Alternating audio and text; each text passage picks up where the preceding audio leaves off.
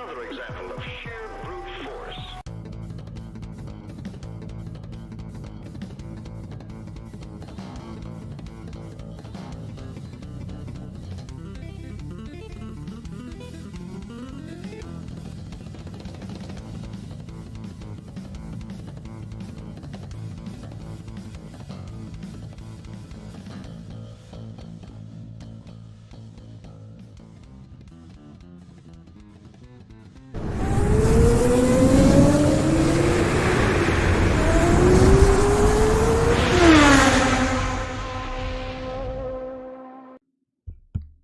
Okay, so I've been live for 15 minutes, talking for no reason, and my mic was not picking up the whole time.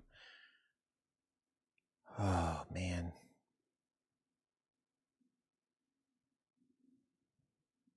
It was working before, so a setting got changed. So I apologize for the first 15 minutes being silent while I sat here and talked. That kind of annoys me a little bit. Maybe I'll have to edit that out. I don't know. Anyway, so WRC, Sebastian Ogier won Mexico. Elvid Evans finished second. And Tanak had a problem Friday. He won the first two stages of the rally. His turbo did not work for the start of, I believe it was Friday. I think they had two stages, Friday or Thursday night, and then they started getting into it on Friday, and turbo kind of cut out, didn't work.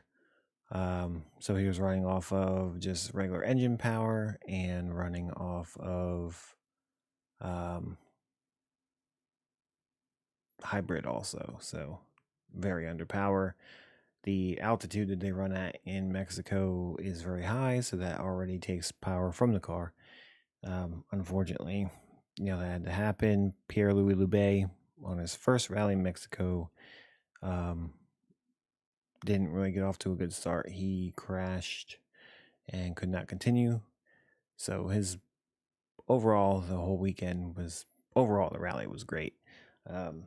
Esapekalapi was leading into, I believe, Saturday, and he crashed, kind of clipped an embankment on the right-hand side, and it threw the car sideways, and he went off and took down a telephone pole. The crash was pretty wild, caused a fire. It was, unfortunate. I don't know what he needs to do, but he has good runs, and then he kind of just, I don't know what happens, but he makes a small mistake and it takes him out of contention, like it did in Mexico. So it's just, it's a very unfortunate thing, that's for sure. I feel bad for him. I mean, he's a pretty good driver, and even his part-time ride last year in Toyota, he performed very well, but just couldn't seem to pull it together, which is unfortunate. So, I mean, congratulations to Ogier, which kind of not a surprise that he won. He's a multi-time champion, and he's won Rally Mexico many times. So, not really a surprise that he won. But Elvin Evans, it was good for him to finish second. He's got another guy who's kind of has a different attitude now lately, and he's pretty confident. So it's good to see him finish, up there. And Tanak did come back a little bit, and started kind of climbing back up through people, not being able to finish. The whether crashes or whatever happened. He's I mean, it's good for him to keep pushing back and getting as many points as he could. He ended up finishing the power stage and get some extra bonus points. He finished second in the power stage, so it was good for him. But like I said, overall, a very good event. And yeah, the big news, though, is an article that I read last night. And geez, I am super excited about. There are going to be 2 test sessions. It didn't say who or what cars, but there's going to be 2 test sessions, I guess, of WRC cars in Tennessee. And there's one in April, there's one in September. They're going to be used as kind of they're going to use them as like kind of like gauging interest. And there may be, if there is enough interest, there may be a full WRC event on the 2024 schedule, which is huge news, and something that I am like ultra excited about. They definitely really need to make this happen. The last WRC event that took place in the US was the Olympus Rally in Washington in 1988. So really, fingers crossed type of thing here that it takes place and that it happens. I really hope it does.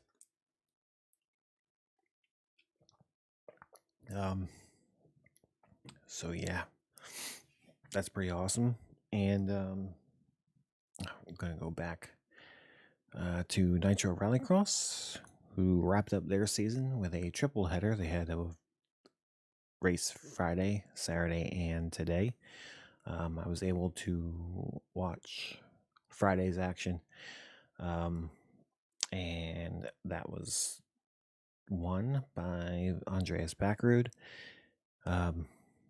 In his post-race interview, he kind of got, I don't want to say choked up, but he was very close to Ken Block and the rest of Ken's family. He was part of their rallycross team when they were running the Focus RS.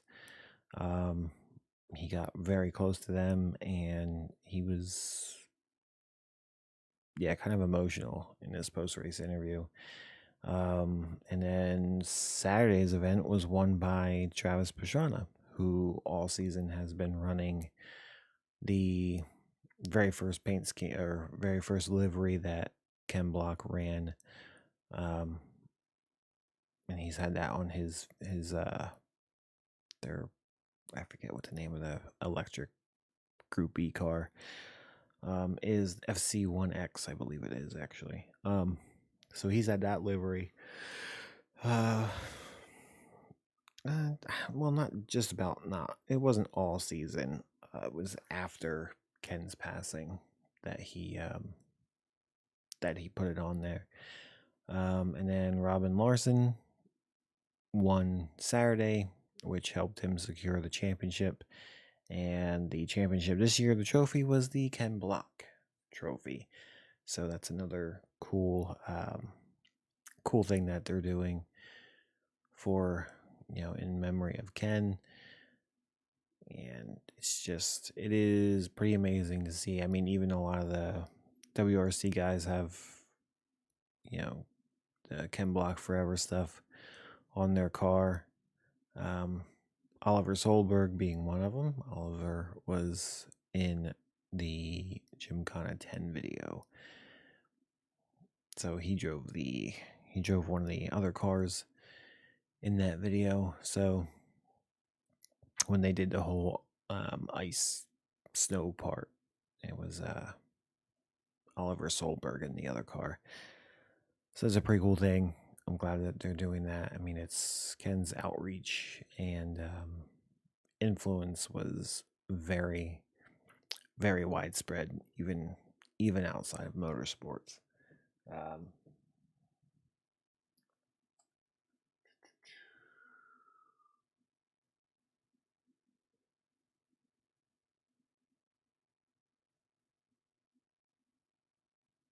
Kind of look and see what we got here. IMSA in action in Sebring, along with World Endurance Championship. And the IMSA event took place yesterday, and I didn't get to watch it, but I did watch the highlights. And let me tell you, that was a pretty action-packed race. The ending was pretty crazy. The leaders basically, I don't want to say kind of, they kind of took each other out in a way. It was a Porsche and I believe Acura, if I'm not mistaken, battling for the lead. And there was, there's multi-classes out there. So they were coming up on slower cars, and the Acura was coming. I could be wrong on the Acura thing, but one of the cars was coming up on the Porsche who was leading, and the Porsche was stuck behind some cars and went to move over. However, when he went to move over, the other car was there next to him. The other car kind of went off, spun, and as it came back out onto the track, the Porsche was turning along with the other cars, and the guy kind of went from the inside, spun around on the inside of the corner, came back out on the track, and hit the Porsche, taking him out. And because they were in traffic, multiple cars were taken out, even the person running in third place, who got a little airborne too. Kind of went on, hit the Porsche, and went a little bit airborne. It was a wild wreck, and it was, all this stuff going on at nighttime. It was just crazy. It was a crazy finish.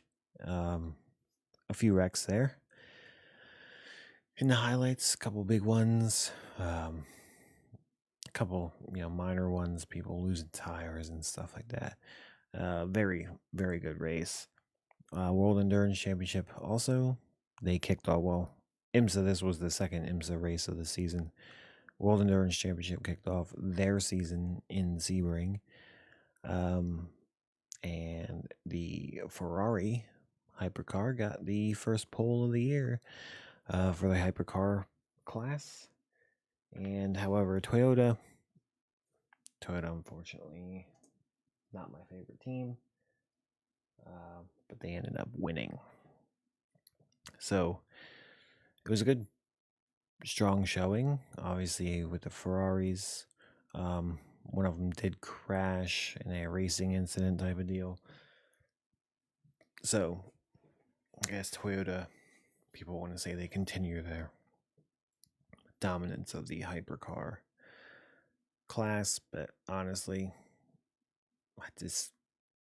they were in reality, they were the only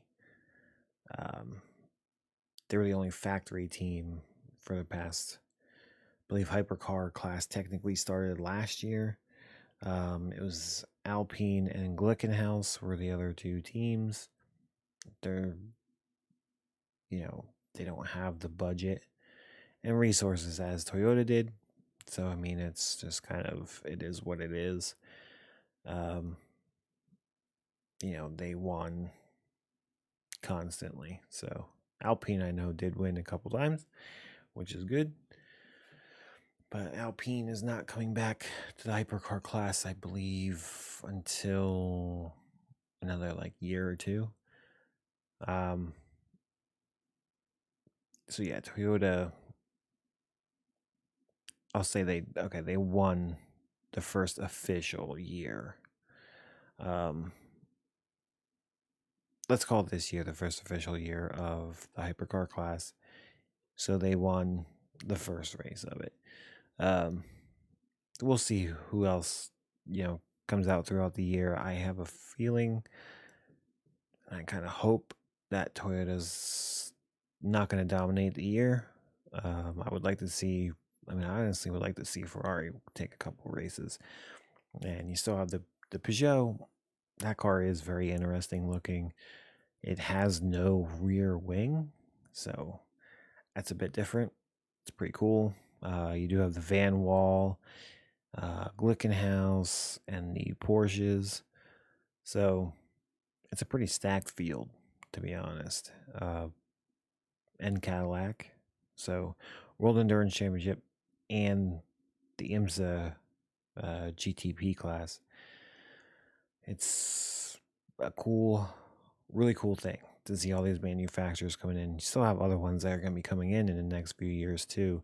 So I think things should start to kind of equal out this year, and you'll start seeing different winners, I think. And I think hopefully the championship comes down.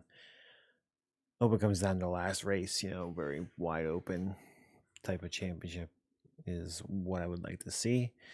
And I think it might happen. But some of these other cars,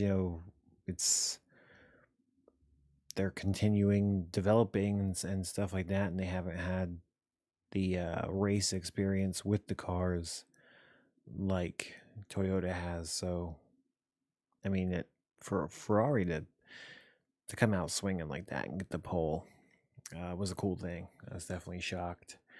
Definitely shocked to see the Ferrari on pole there. So we got Hypercar. Oh boy, let's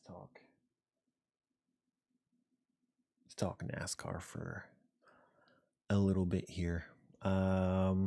So today they were in Atlanta. I didn't really watch the race, honestly.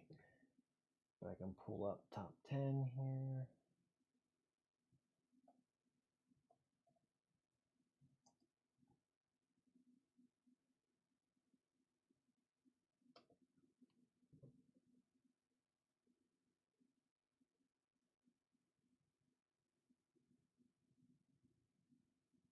So the top 10 was Joey Logano, Brad Keselowski, Christopher Bell, Corey LaJoy.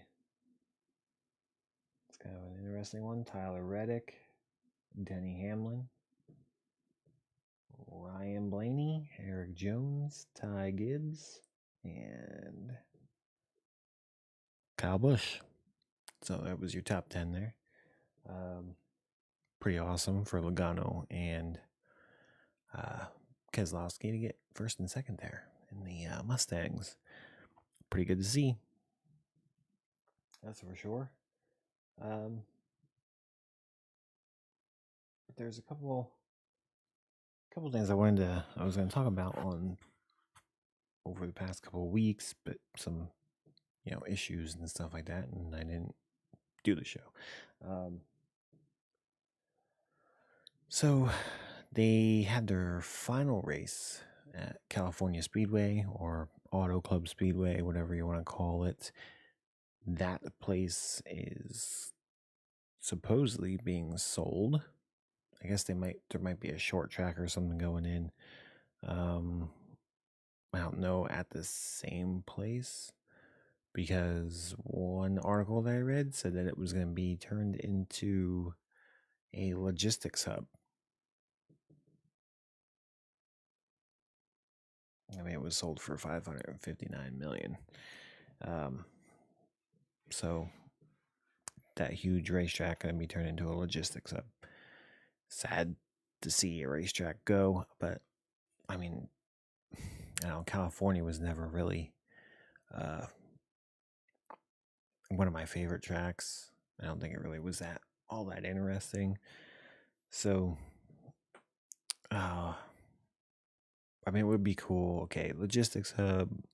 It was a huge place. It was like a 2-mile tri-oval, so a lot of space there.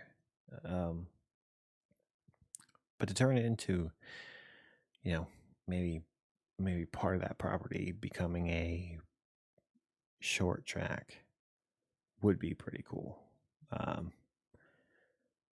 Probably could use another short track, depending upon the setup. So yeah, pretty interesting to see what happens here. But I mean, so far the season's been um, pretty interesting. I did watch a 500. I talked about that on the show. Uh, well, when the 500 happened, um, or after the 500 happened, actually, because I was still doing it Saturdays. So, um, yeah, pretty good, pretty decent season so far. Um, one thing that I kind of did think about though is that I don't think they should count the laps between stages. So when they end a stage and it goes under caution, those laps count towards the overall length of the race. So if it's a 200 lap race, they're not running the actual full 200, you know. I mean, I know there's going to be, you're going to have crashes and stuff. And if there's a crash, those laps should count. But in between stages, I don't think they should count. I think they need to change that. Because it doesn't make any sense. It's not a, excuse me, it's not it's not technically, I don't know how to word it, but it's not really part of the racing. You know what I mean? Like it's not racing and then somebody crashes. Um, it's NASCAR came up with the stage thing and they come up with the length of the stage. So yeah, I don't think they should count those laps, in my opinion. Um, but yeah, it's kind of stupid that they count that, and they shouldn't. Um, but yeah, that's about all the stuff that I kind of wanted to cover. Um, I am going to be focusing on doing better with this show.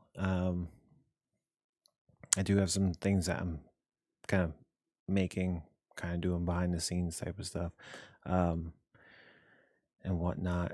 So yeah, I think things are going to be getting better, and I'm glad that I like the way I kind of have it set up, the way I'm doing it, and I think doing it Sunday nights is going to be a better option. The goal is to do it at 10 o'clock, but that might not always work out. So the latest it'll start is 11. So yeah, just kind of want to give people a heads up. And also, I do have an announcement to make that I've made on social media throughout the week. I'm doing a giveaway of the Forza Horizon 5, the new Forza Horizon 5 expansion that is coming out on the 29th. So, about 10 days from today, since I'm doing this live on the 19th. I'm doing that giveaway. I'll be doing that on the 25th on Saturday night. So, I'll have a special stream going on Saturday night. More than likely, I don't know if I'll be playing Forza that night. I might play something else. It'll be a racing game more than likely though, because I have a lot of racing games to get through that I really do want to get through all of at least the career modes or story modes. If I'm playing Grid, there's a story mode. So yeah, there's a lot of racing coming up, and when obviously I'll be playing Forza Horizon on stream quite often when Rally Adventure drops, because I'm super pumped about this expansion coming up. They have not had actual like rally stuff in Horizon since the first one. That's pretty exciting stuff. So yeah, stay tuned for that. Keep an eye out on social media for more information as we get closer to that date. So that'll be next Saturday. And I will be attending a car show, hopefully, if it doesn't rain, on the 25th as well. So there'll be content from that coming up. So yeah, just be sure to follow along here. Follow along on social media. I'll be dropping the link. Hopefully, I put a new bot in here. Let's see if it works. It sure does. Okay. So, yeah, be sure to follow me on all my social media pages. I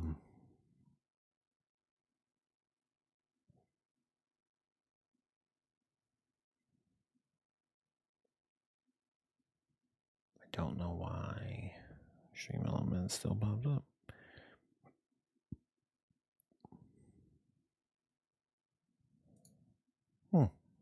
It's weird.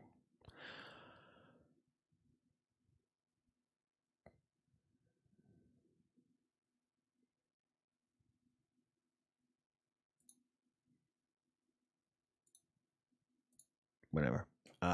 Anyway. So yeah, I have